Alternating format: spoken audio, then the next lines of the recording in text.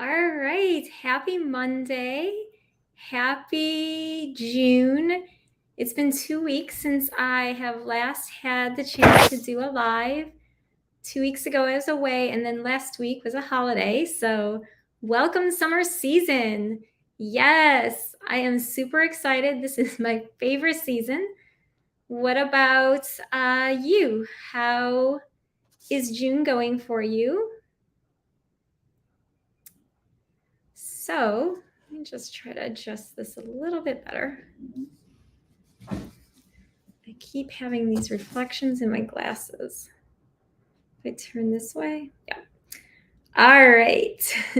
So today, if you're not aware, is day one of the anger challenge that I am doing this week. I decided a couple months ago that it was time to facilitate an anger challenge. It's something that, especially in the last couple weeks, so much has happened in the world. I know a lot of people are struggling with anger. So I definitely feel like this challenge is right on time for so many. It is not too late. If you have not registered yet, all you need to do is just in the comments below this, you can just send me your email and I'll add you to the email list. I'll catch you up. I'll email you today's challenge, and then you'll be on track for tomorrow. You can also just email me levelupwithbeth at gmail.com. So levelupwithbeth at gmail.com, and I can sign you up. It is free to your wallet. So yes, but what I wanted to share tonight about is jealousy.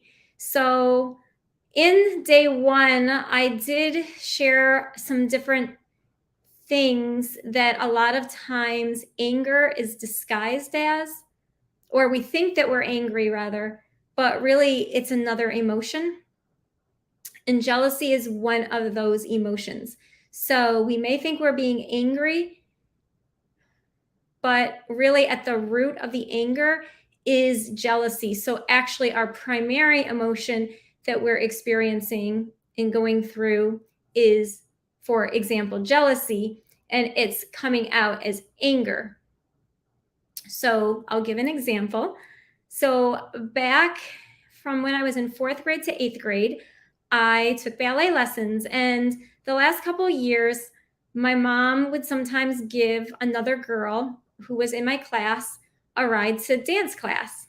And so we both lived in one town and the dance lessons were in another town. So it was like about a 20-minute drive. So on our drive, my mom would ask, "So how's school going?"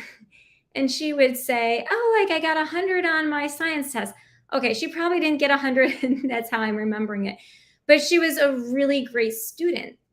And then, unbeknownst to her, we'd go home and my mom would be like, "Why can't you be more like so-and-so? You know, she studies, study. She's disciplined. She's this." Let me tell you, I did not like school. And so I hated her. I was really angry at my mother and at her, but really at the root of it was jealousy. I didn't really hate her. It was really a secondary emotion. And so I don't know that she really knew I disliked her so much. We did have some similar friends, and we would be in a friend group, and I just wouldn't talk to her because of jealousy, because I felt like she got more respect and admiration. Now, this was in my hurt place. My mom, in hindsight, did not respect her, did not like her more than she liked me. It's just that it kind of rubbed me that way at the time when I was a child. So, how to overcome that and not get stuck in that trap. And that is what I want to share, because like I said, it was that it manifested in the fact that I didn't like her, that even through high school, like I said, when we were in a friend group, I didn't really talk to her. I was never rude to her. Like I never cursed her out or said to her, "I don't like you because my mom thinks that you're a better student than me." I never did any of that. But I also wasn't friendly to her. I didn't go out of the way my way to be nice to her, talk to her. So it was really jealousy at the root. So I think really ultimately the first reason, and this is my first tip for overcoming jealousy, the reason why I held on to disliking her and feeling angry about it for so long was because one, I was not honest. No one, I feel like jealousy is one of those emotions that no one wants to admit. It's like one of the emotions that we feel a great amount of shame about because we know we're not supposed to be jealous of another person. So, the first way to go through and be able to overcome jealousy is to be honest with ourselves. So, sitting down. Now, when I say sit down, I was just telling this to someone this morning who I was coaching, right? When I'm talking about sitting down and thinking things through or, doing either, coaching or some sort of work to heal, here's the thing. Sometimes it's tempting to spend like hours or spend a day, just going over and over and over it or thinking it over like where we could be better or where we could have improved or why this or why that or how is it. 15 minutes. That's really it. Yes, it's good every once in a while to just take a mental health day and just take care of yourself and just reflect and take some rest. But typically, really honestly, 15 minutes, in the morning when you first get up or in the evening when you're kind of settling down. That's it. Because if you're spending more than 15 minutes a day, this is just my opinion. I am not a therapist. I am not a psychiatrist. I'm not a neuroscientist. I'm a teacher and I'm a coach. But in my experience, spending a lot of time trying to problem solve ourselves and fix ourselves, which is a terrible strategy, it's going to end up doing more harm than good. So just spending 15 minutes every day, it can be through writing in a journal, it can be in a poetry, it can be just praying out loud. That's actually something I've gotten way off my 5 tips. But sometimes when we pray, we just pray quietly in our heads, but actually praying out loud to God, that can kind of help us to really just get things out and to also kind of hear our own thoughts out loud, and kind of catch ourselves where we might be a little off in our perspective. So when I'm talking about like taking time to sit down and say, okay, I am angry at so and so. Why am I angry? 15 minutes is really all you need for a day to just kind of sit and reflect and kind of sort through, well, this happened and I felt this way. And then maybe this is what triggered it, to kind of get to the root. Hold on. Okay. So being honest, right? If you're honest and you admit to yourself, I am jealous about this person getting a promotion. I'm jealous about who this person is dating or married to. I am jealous about this person's diploma. I am jealous of this person's success with being popular. Whatever that jealousy is, be honest. 1. 2, readjust your expectations. Okay? Let's be clear. No one owes me anything. No one owes you anything. Okay? You are not owed anything. And a lot of times that's what happens. We think we're owed something, and that is something that manifests the jealousy. No. My mother did not owe me respect and admiration for my studies. And the girl, she didn't owe me anything. I mean, in fact, she had no idea that what she was saying about her success on her grades, right? That it was something that was coming up in my house and I was getting yelled at for. right? That I wasn't studying enough. No one owed me anything. I had to readjust my expectations, right? That's the thing that you have to do when you're overcoming your jealousy. You have to readjust your expectations to understand that no one owes you whatever it is that you think that it is that you're jealous about. No one owes you that promotion. No one owes you a good grade. No one owes you a relationship. No one owes you. So, but when we feel that people owe us something, and we start looking at what other people have, like this person has this person did that, that person received that honor, that award. That's great. Celebrate them, right? That's for them. That's what they've earned. That's what they've been given. But to expect that you also have those things,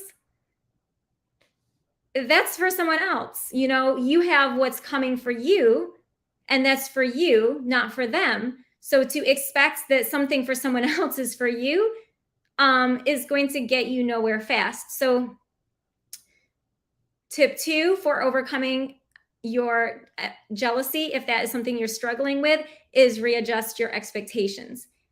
Tip 3, which kind of goes in very closely with this, is gaining a higher perspective. All right. So I am not owed applause for how I perform in school, right? This was back like in middle school. So this is back in the day. I was not owed that.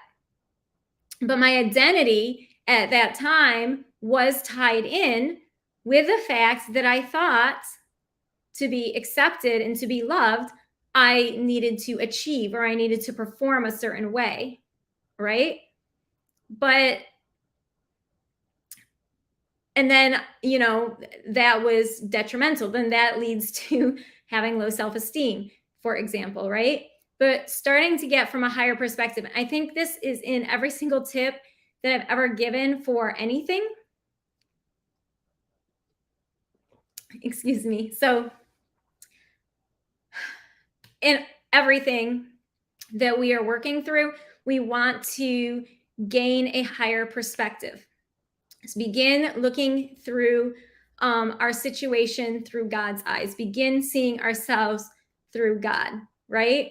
So if I'm seeing myself through, for example, my teacher's eyes, this was at that time because that's what I'm using for the example, as a failure in math, for example, and I'm seeing myself through my mother's eyes as a disappointment for being a failure in math, right?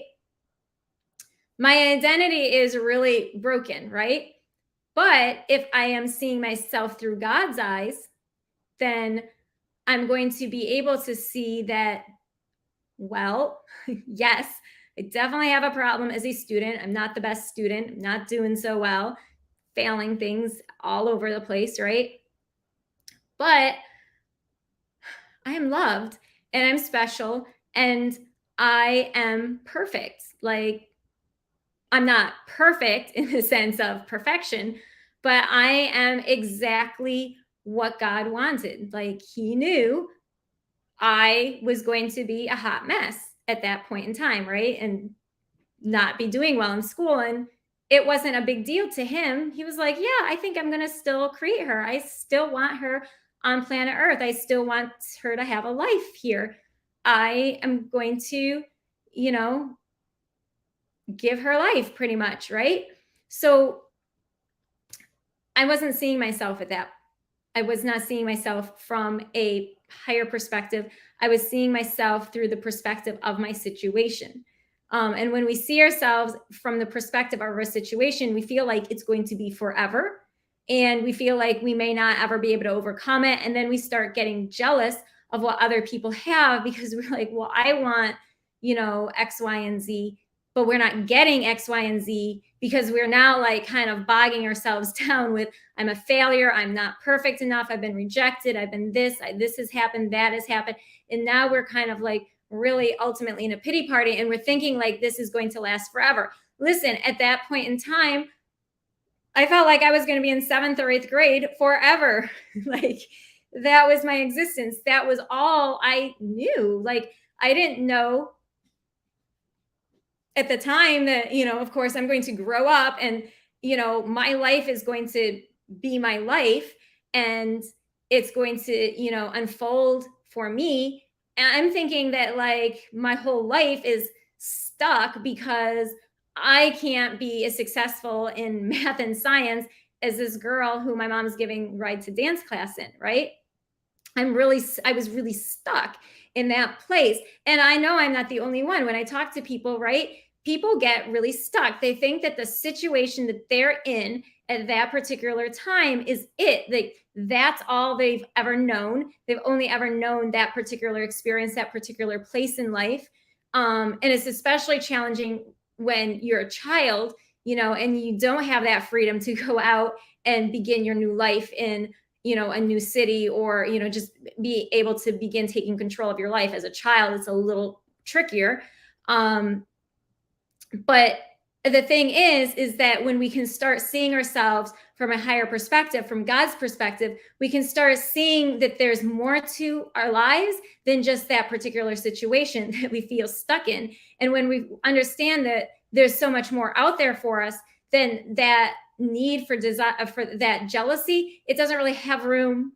It doesn't belong. It just doesn't fit, because then you can understand that there's so many places that you've got to go. There's so many things, right? For your future. You have places to go. You have things to do. You have new people to meet. You're going to have a whole new life at some point down the road, even though it feels like you're stuck right at that point in time. And I also want to say this, there is in Philippians 4, it says, and the same God who takes care of me will supply all your needs from the glorious riches which he has given to us in Christ Jesus. So a lot of times when we're jealous, it's because we feel like some sort of need of ours is not being met, right? And it has to do with what goes back to tip 3 of readjusting expectations. We have certain needs, the need to be loved, the need to be acknowledged and told, I'm proud of you, the need for safety, the need for security, right? And here's the thing, the people and the person that you may be expecting to receive that love or that safety may never give it to you. So the thing is it is going to be provided for you, because it says that, like in Philippians 4, like I just said, it says he will supply all of your needs. So it may not be in the way you want, it may not be in the way you imagine, but when you share and when you talk and pray to God and you tell him, this is what's going on and I'm feeling this way, and you release it and you trust him, whatever it is, I need that security, I need that safety, I need that love, I need the acknowledgement, I need someone to tell me I'm proud of them. Well, the first person who's going to tell you that they're proud of you, that they love you, that they will keep you secure is God, right? He is ultimately the one person who's never going to take any of those things away from us.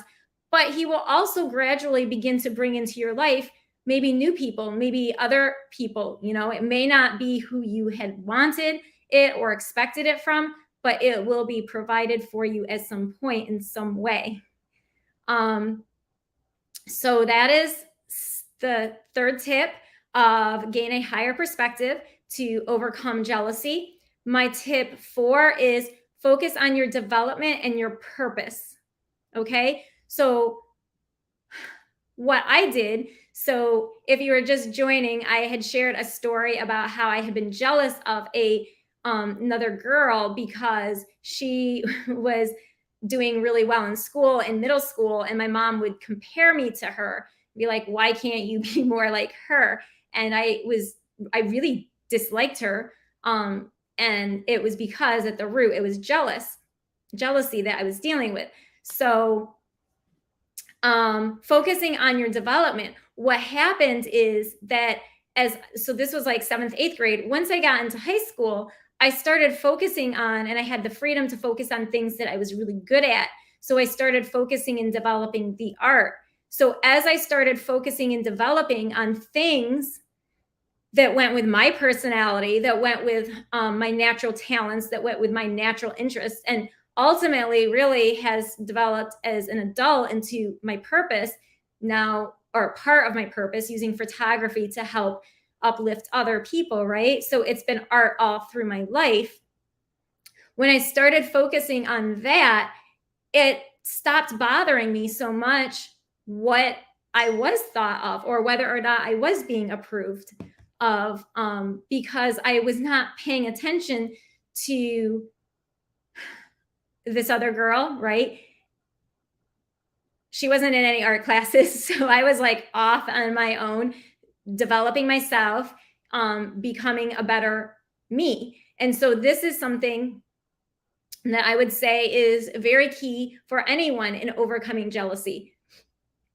Find your interests, your strengths, your purpose, and develop it. Focus on that.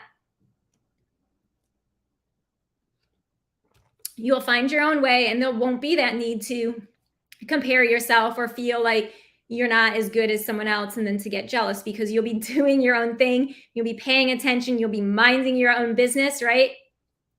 Like just minding my own business. That's literally what you're going to be doing. And then you won't have the time to be jealous, because the other people, it won't matter. Tip 5 for overcoming jealousy is self-care.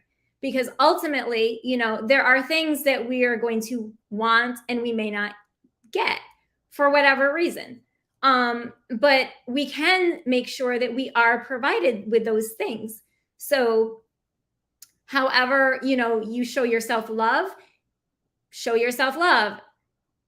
whether it's, taking a spa day, whether it's going dancing or getting into a fitness routine, whether it's buying yourself flowers, whether it's, just lighting a candle and having like a nice scented candle, whether it's perfume, whatever those things of self-care look like to you, make time for that, take care of yourself, because ultimately the other person or people or group who you've been feeling jealous of, they're taking care of themselves.